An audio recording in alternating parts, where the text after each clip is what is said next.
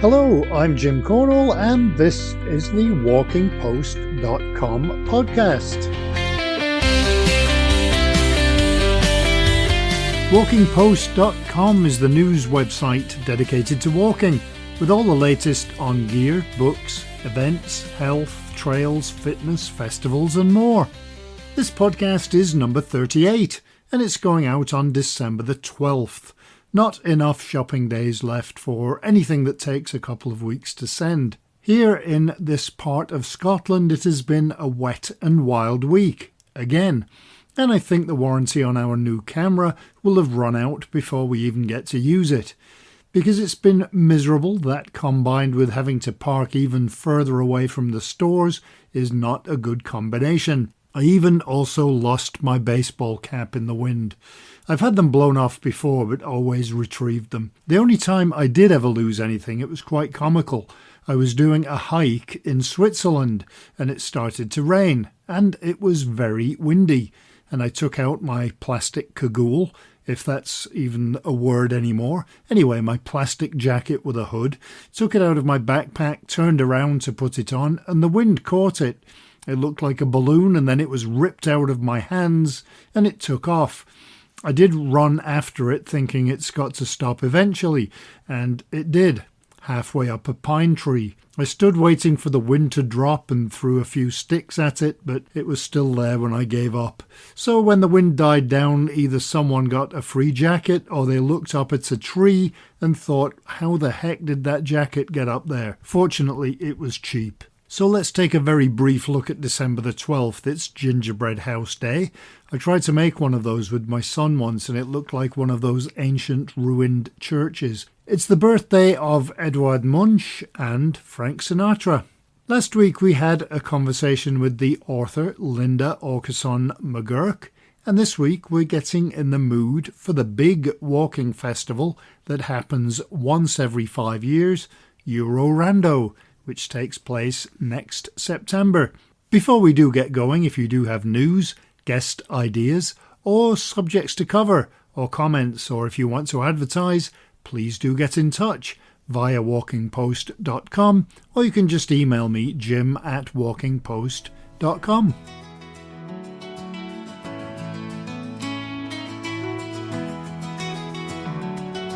Okay, let's go through some of the headlines of the news articles you may have missed that we had on walkingpost.com this past week. A replacement bridge in Radcliffe has been put in place to improve walking access. Garmin has introduced a new satellite communicator with voice, text and photo sharing. And Max Adventure published its walking destinations trend report. The Paso del Norte Trail in El Paso, Texas, has received $31 million. Agoda unveiled its 2026 Travel Outlook report, and land in Ontario has been purchased by the Bruce Trail. Ocean Bottle has launched in the US, and you can read all of these and more at walkingpost.com. Right, let's get to this week's conversation. EURORANDO is a huge hiking festival, and it's held every 5 years, and it's coming up next year. For the first time, it is being held in 2 countries at the same time, Germany and the Czech Republic. And to tell us about the event is one of the organising committee on the Czech side, and that is Jan Kerner. I wonder if first you could give us some background and explain what EURORANDO is. Well, EURORANDO is a tourist festival held under the name of European Ramblers Association, and it's been held every 5 years. I like to say that it's like Olympic Games of pedestrian walkers. The first year was in 2001 in France, where all the participants met in Strasbourg. And then they started with this every 5 years. So 2006 is when it was in Czech Republic, in southern Bohemia. Then 2011 in Spain, in Andalusia. 2016 in Sweden, in Skene. And then 2021 in Romania. And so it has been 5 times. And 6th time will be next year. It is for the first time not in one country, but in two countries at the same time. And the reason for it is that our region, Ore Mountains, is simply stretching over two countries, or belongs to two countries, I can say. Together with our friends, we decided to apply for organization of this event, and we were successful. And well, that's the beginning of the long story that will end next September. So we are working hard to prepare everything as well as possible so that the people come and people are happy when they are here. That's our target. What was some of the highlights of some of the previous ones? I would imagine 2021, was that affected by COVID at all? Yeah, there was a problem. In fact, they postponed it for 1 year, and next year still there was not so many participants. So yeah, COVID was a bit problem then. But we spoke to organizers, and they say that although there were not as many participants as they expected, for them it was quite good, and for their mountains, because they developed structure of mountain guides that lasts until now and helps them promote the region and helps them bring people and take care of them. So they are not so pessimistic about the fact that they didn't attract so many participants as they wanted, but they still feel it had some positive impact on them. The highlights, maybe, I don't know the history so much of these previous years. I know that every year they try to have some topic, and what I find very interesting was in Spain, in Andalusia, was the topic water. So everybody brought water from his own region, and they made a European mixture of it in the end of EURORANDO. We got a bit inspired by this, that we asked everybody to bring the stone from his region, because Ore Mountains is the region that has big mining traditions, and mining in fact means that you are digging for stones, and then expert geologists find 2-3% of tin, cuprum, cobalt, or whatever in the stone that you normally probably wouldn't find out that it is there.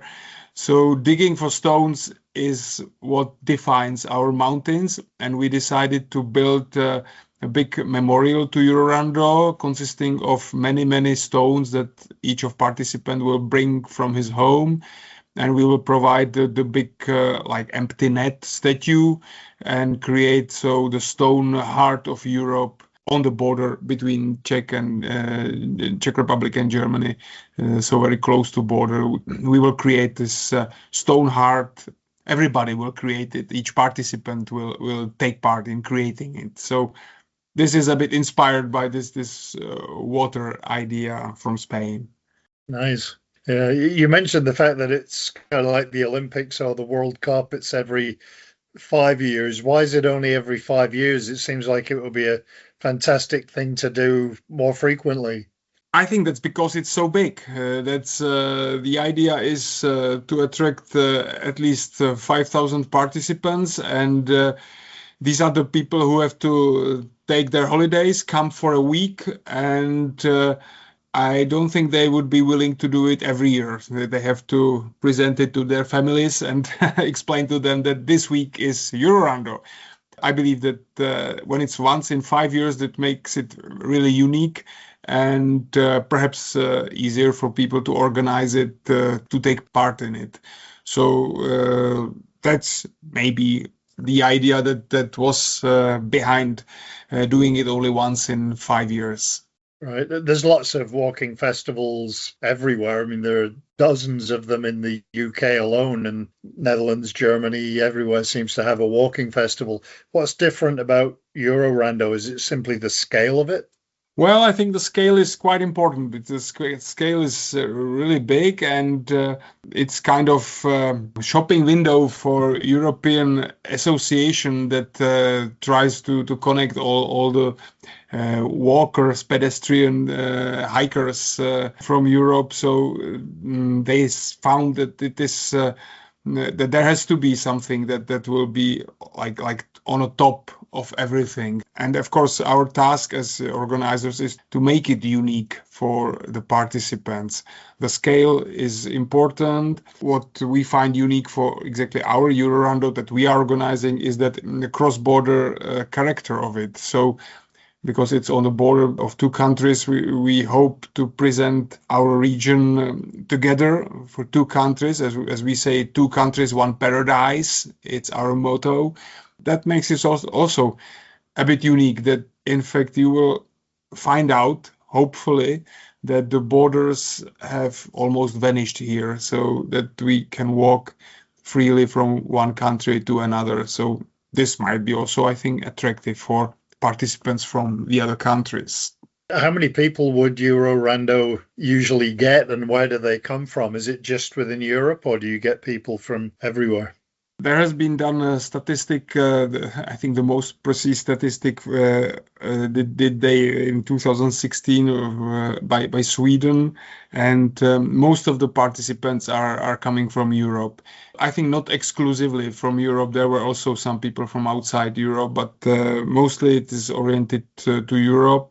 When I take our EURORANDO year next year, I think there will be a lot of people from Germany, because it is also connected to Deutsche Wandertag, the German meeting of tourists that will take place in the same region in the end of the week when we have EURORANDO, and it will bring even more people. So probably there will be a lot of guests from Germany, but we hope the others from Spain, UK as well, France, and other countries will join as well. And maybe could you tell me a little bit more? You said it's a mining region. Could you tell me a little bit more about maybe the scenery and what the walks are like there? Yeah. Ora Mountains is the mountain range that is not as high as Alps. The highest peaks are something more than 1,000 meters above sea level.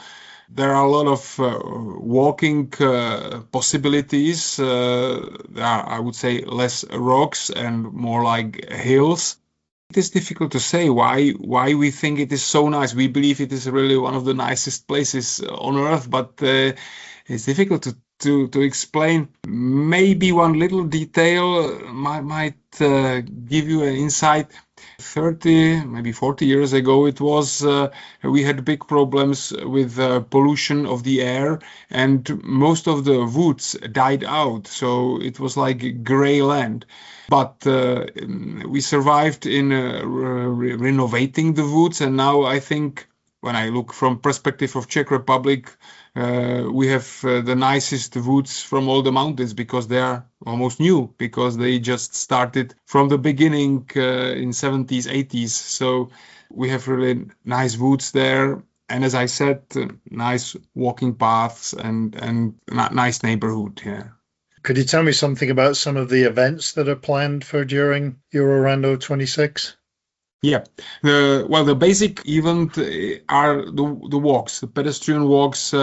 We prepared 30 routes that we will offer to people to register to and go there with the guides. But we don't think most of the people will want to walk from Monday to Friday every day a different path. They will be interested in some other programs, and that's why we organize it together with 6 towns on the border, 3 on the Czech side, 3 on the German side.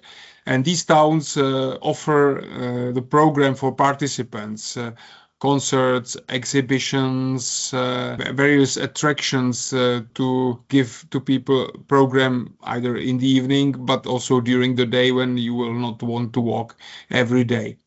And so this is program directly in the place where people will stay.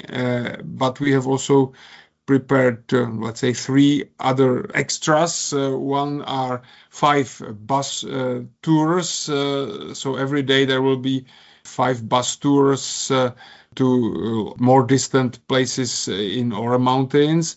This is one thing. Second thing is canoeing on River Ohře. On Czech side, just under the mountains, there is a river, and who will want can try how to canoe on river. For some people, it might be interesting. Then a third additional program or extra program is climbing on Klettersteige via Ferrata. That means like rock climbing with the guide. You don't need to be skilled climber to undertake it, but you will like it because you are secure and still at the same time you are quite high above the land. So rock climbing, canoeing on river, and bus tours are three additional things that we organize, just apart from the things that are organized by cities on there. So. Is it an easy region to get to? I know we were talking about the location, but I think probably a lot of people might not know exactly where it is. Like, where would you fly into? Or you can choose if you fly to Prague or Dresden. These are the two closest locations. If you fly to Munich, you can also reach it from Munich by car, but it's a bit more far. So Prague and Dresden are the closest airports. Of course, if you are from France, let's say, you can even arrange your bus and come by bus. And of course, from Germany, it is not so far. Well, I would say that on a triangle between Prague, Dresden, and Munich, you can find it. Are there any challenges with having it in two countries? I know you said that the borders don't really exist anymore, but any challenges associated with this? Yes, there are challenges in preparing it, in organizing it, in communication, although most of the people here speak some other language, not all of them. So the communication is a challenge. The different laws on each side of border can be a challenge. The rules that apply in Germany are not the same as in Czech Republic.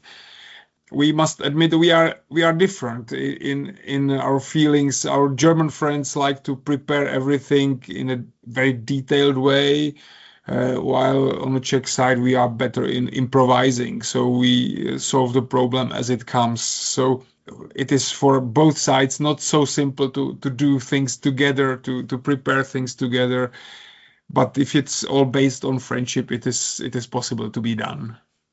Right, absolutely. Are there lots of groups and municipalities, cities, towns getting involved in delivering the event? Well, we have 6 official partners in the project, 3 on Czech and 3 on German side. Boží Dar, Loučná, Jáchymov on the Czech side, and Johann Georgenstadt, Oberwiesenthal, Breitenbrunn on the German side. There are also municipalities that are interested to offer some additional program, to invite the guests to pay the visit to them. So we will give some tips to participants that they can, if they come by car, or they can take a bus or have a trip to Karlovy Vary, Teplice, Kadaň. There are nice cities on the Czech side, on the German side as well, Schneeberg, Annaberg. They are not direct partners, but they are beautiful towns that are really worth visiting. So also the towns that are not directly participating on organization are interested, and they want us to tell people that they like them to pay the visit there. Is it something, you mentioned the number of people that are going to be descending upon this area for a week with the German event as well? Is there going to be enough accommodation, and is transportation good in that region? Well, that's the biggest question, of course. The transport, we want to provide transportation to all the routes, to starts, to routes. That's what we provide. Then, of course, some people will come by car, so they will arrange their own transportation. But the challenge for us is always the parking places. So it will be the most difficult part of all it, to prepare some possibilities to really park the car. Well, we have a system of registration of participants, so we will know sometime before how many of them are really coming, and we can still somehow flexibly prepare things that will be necessary to do. but it will be challenge. Yeah, we know it, and it will not be easy. Yeah. How is the event itself financed? Is that through municipalities or? The basic source of financing for this is Interreg grant for support from cross-border cooperation. That's in fact the thing that enabled us to do it, because of all the costs with the marketing and logistics, and so this cross-border cooperation grant is basic. And part of the costs will be covered also by municipalities that take part in it. So financially, we are not in a very difficult situation. When you take participant, he will have to pay accommodation himself. We don't provide accommodation and food. That's everybody's task. They only pay €10 registration fee, symbolic registration fee, to cover some minor costs with welcome package. But for participants, it might be like relatively cheap. They have to take care of themselves in sense of accommodating and food, but the program is provided for them almost for free. Maybe some of the logistics. What are the dates for the events, and how do people book? The idea of event is that it is done outside of main season. So it's not in summer, not in winter. It's in autumn from 20th to 27th of September. And it is exactly the date when the weather is still sometimes even summer, like summerish, but the summer season is over, and so it is for local organizers also good that it fills the gap between summer and winter season. As I said, it lasts the whole week, and the week begins on 20th September of 26. So maybe this is that you should put into your head 20th September 26 and just put there the whole week and come to us. Right. Do you have to be a member of an association to participate? No. Anybody can come. And are there any other logistical considerations? I mean, do you have an age limit or? No, we don't have age limit. From previous years, we know that most of the participants are, let's say, 50 plus. So this is the age when you discover that walking is the best activity that you can do. So there are not many children participating because they have to be at school at the time. So from previous years that we know that really 50 plus is the group that we are targeting. That time of year, I know you can't really say because it's so changeable, but what kind of temperatures would people be looking at? I believe between 5 and 20 degrees, we can say, depending on how it will look like. It will not be freezing yet. It will not be snowing yet, even though we are in the mountains. It might be cold, might be sometimes foggy, might be windy, but I think generally there is a quite good prediction for walking in September. So I believe this is a good time of year for walking. When would the next one be? 2031? Is that one already in preparation, or is that years away from being a consideration? It is not being discussed yet. So we were on annual conference of European this ERA, this association, and so far there was no discussion about next year. So 2031 is too far for anybody. Maybe they are just waiting how we will do, and then if we do really well, then there will be more interested regions that will like to go in our paths. All right. Is it like an application process, like when you get the World Cup, everybody applies and? Yes, it is like application process for World Cup or Olympics with, let's say the exception, there are not so many regions that would like to do it. So the competition is not so tough. I would mention the website. This is quite important because we try to put all the information there. It is EURORANDO2026.eu. So it is universal with ending EU, and it's EURORANDO2026.eu. So I hope you can find all the information there in English, Czech, German and French languages.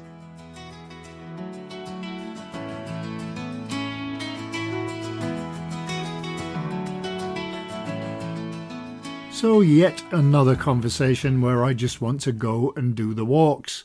The Erzgebirge region of Germany, and also going into the Czech Republic, does look incredibly beautiful, and it's one of the very few parts of Germany I've not been to. Czechia is also on my list of places I've not been to but want to. I suspect that tickets will go quite quickly. Anyway, it's certainly going to be a great event and I'd love to be there. So that will just about do it for this week. If you have news, suggestions for podcast guests, please do get in touch through jim@walkingpost.com. I'm always looking for guests, whether it's a new trail, a festival, new equipment, a new book, or somebody who's just done a really interesting walk somewhere. Rain is forecast for this weekend again, and we're fast approaching the shortest day of the year. Well, in terms of daylight, I assume it's 24 hours long, just like all the rest. So I hope you enjoyed this week's walkingpost.com podcast. I hope you have a great week, hopefully with a walk somewhere, even if it is from the car to the store, which at this time of year can be quite the hike. Or like EURORANDO, maybe you're walking from one country to another. Anyway, until next time, happy trails! Walking Post from walkingpost.com is an Air Coastal Media Limited production.